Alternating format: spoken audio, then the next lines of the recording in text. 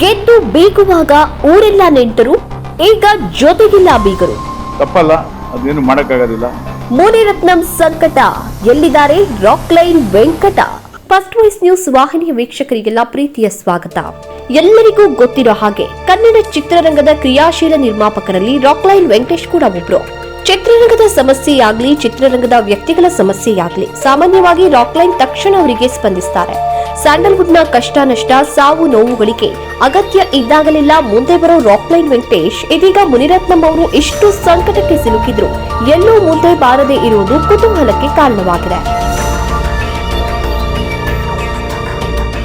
ಸಾವಿರಾರು ಜನ ಇದ್ದಾರೆ, ಬಟ್ ಮುನಿ ಒಬ್ಬರೇ ನನಗೆ 30 ವರ್ಷದಿಂದನೂ ನಾವು ರಿಲೇಟೆಡ್ ಅಂದ್ರೂ ರಿಲೇಷನ್ ಅಂತ ಒಂದಿನಾನು ಒಂದು ಕ್ಷಣ ನಾವಿಬ್ಬರು ಅನ್ಕೊಂಡಿಲ್ಲ, ಬರೀ ಫ್ರೆಂಡ್ಸ್ ಆಗೇ ಬಿಡ್ತೀವಿ. ಆ ದೇವರು ಯಾವ ಅವ್ರಿಗೆಲ್ಲ ಅದೃಷ್ಟ, ನಿಜವಾಗ್ಲೂ ನನ್ನ ಅದೃಷ್ಟ ಅದು. ಅವ್ರ ಮಗಳನ್ನ ನನಗೆ, ನನ್ನ ದೊಡ್ಡ ಮಗನಿಗೆ, ದೊಡ್ಡ ಸೊಸೆ, ಅದಕ್ಕೋಸ್ಕರನೇ ಏನೋ ನಮ್ಮ ಒಂದು ವಿಶ್ವಾಸನ ಅಷ್ಟು ಚೆನ್ನಾಗಿ ಇಟ್ಟಿದ್ದೋ ಏನೋ ದೇವ್ರಿಗೆ ಗೊತ್ತಿಲ್ಲ. ಮೊದಲು ವ್ಯಾವಹಾರಿಕವಾಗಿ ಸ್ನೇಹಿತರಾಗಿದ್ದವರು ಈಗಂತೂ ಬೀಗರಾಗಿ ಸಂಬಂಧಿಕರು ಆಗಿದ್ದಾರೆ. ಹೇಗಿದ್ದಾಗ ಮುನಿರತ್ನಂ ನಾಯ್ಡು ಅವರ ಪ್ರಕರಣದ ಹಿನ್ನೆಲೆಯಲ್ಲಿ ರಾಕ್ಲೈನ್ ಮರೆಯಲಿಗೆ ಇದ್ದಾರೆ. ತನ್ನ ಆಪ್ತ ಬಳಗದವರ ಜೊತೆಗೆ ನಿಂತು ಕಾಪಾಡುವ, ರಕ್ಷಣೆ ಕೊಡುವ ರಾಕ್ಲೈನ್ ಅವರ ಈ ಮೌನ ಅನೇಕ ಗೊಂದಲಗಳಿಗೂ ಕೂಡ ಕಾರಣ ಆಗಿದೆ. ಇದೇ ರಾಕ್ಲೈನ್ ವೆಂಕಟೇಶ್ ಅವರು ಅಂಬರೀಶ್ ಕುಟುಂಬಕ್ಕೆ ಮೊದಲಿನಿಂದಾನೂ ಕೂಡ ಆಪ್ತರಾಗಿದ್ರು. ಅಂಬರೀಶ್ ಅವರ ನಿಧನದ ನಂತರವೂ ಆ ಕುಟುಂಬಕ್ಕೆ ಬೆನ್ನೆಲುಬಾಗಿ ನಿಂತವರು ರಾಕ್ಲೈನ್ ವೆಂಕಟೇಶ್. ಅದರಲ್ಲೂ ಸುಮಲತಾ ಅವರ ಚುನಾವಣಾ ರಾಜಕಾರಣದಲ್ಲಿ ರಾಕ್ಲೈನ್ ಬಂಡೆಯಂತೆ ಜೊತೆಗೆ ನಿಂತಿದ್ದಾರೆ.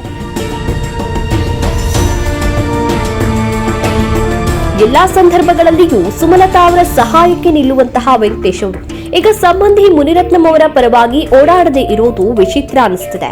ಮುನಿರತ್ನಂ ಅವರ ಕಾನೂನು ಸಂಬಂಧಿ ಕೆಲಸಗಳಲ್ಲೂ ಎಲ್ಲೂ ನೇರವಾಗಿ ಕಾಣಿಸಿಕೊಳ್ಳದ ರಾಕ್ಲೈನ್ ಪರೋಕ್ಷವಾಗಿ ಮುನಿರತ್ನಂ ಪರವಾಗಿ ಕೆಲಸ ಮಾಡ್ತಿದ್ದಾರೋ ಏನೋ ಗೊತ್ತಿಲ್ಲ.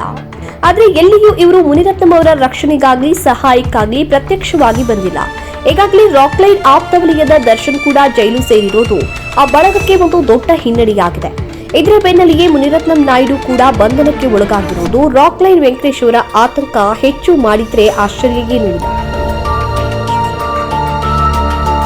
ಕೆಲ ಸಮಯದ ಹಿಂದೆ ಅವರ ಮಾಲ್ನ ತೆರಿಗೆ ಬಾಕಿ ವಿಚಾರದಲ್ಲಿ ರಾಕ್ಲೈನ್ ವೆಂಕಟೇಶ್ ಕೂಡ ಕಾನೂನು ಸಮಸ್ಯೆಯನ್ನ ಎದುರಿಸಿದ್ರು.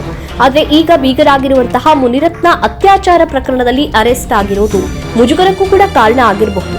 ಇದು ಮೇಲ್ನೋಟಕ್ಕೆ ಸಮರ್ಥನೆ ಮಾಡೋ ಆರೋಪವೂ ಅಲ್ಲ.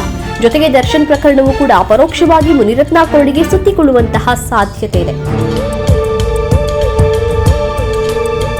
ರೇಣುಕಾಸ್ವಾಮಿ ಕೊಲೆ ಪ್ರಕರಣದ ಆರೋಪಿಗಳಲ್ಲಿ ಒಬ್ಬ ಇದೇ ಮುನಿರತ್ನ ಅಳಿಯ ಅನ್ನೋ ವಿಚಾರ ಈಗಾಗಲೇ ಬಟಾಬಯಲಾಗಿದೆ. ಜೊತೆಗೆ ಆತ ಘಟನೆ ನಡೆದ ಸಮಯದ ಒಂದು ವಿಡಿಯೋವನ್ನ ಕೂಡ ಮುನಿರತ್ನಂಗೆ ಕಳಿಸಿದ್ದ ಅಂತ ಹೇಳಲಾಗ್ತಿದೆ.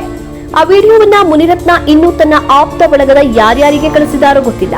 ಪರಿಸ್ಥಿತಿ ಹೀಗೆ ಗಂಭೀರವಾಗಿರೋದ್ರಿಂದ ರಾಕ್ಲೈನ್ ವೆಂಕಟೇಶ್ ಅವರು ಮುನಿರತ್ನನಿಂದ ಅಂತರವನ್ನ ಕಾಯ್ದುಕೊಳ್ತಿದ್ದಾರಾ, ಅಥವಾ ಈ ಪ್ರಕರಣಗಳ ಕೆಸರು ಎಲ್ಲಿ ತನ್ನ ಮೈಗೆ ಮೆಟ್ಟುಕೊಳ್ಳುತ್ತೋ ಅನ್ನೋ ಭಯದಿಂದ ದೂರ ಉಳಿದಿದ್ದಾರಾ, ಅಥವಾ ಒಳಗೊಳಗೆ ಎಲ್ಲೆಲ್ಲಿ ಏನೇನು ಕೆಲಸಗಳಾಗಬೇಕು ಅದನ್ನು ಗುಪ್ತವಾಗಿ ಮಾಡ್ತಿದ್ದಾರಾ ಗೊತ್ತಿಲ್ಲ.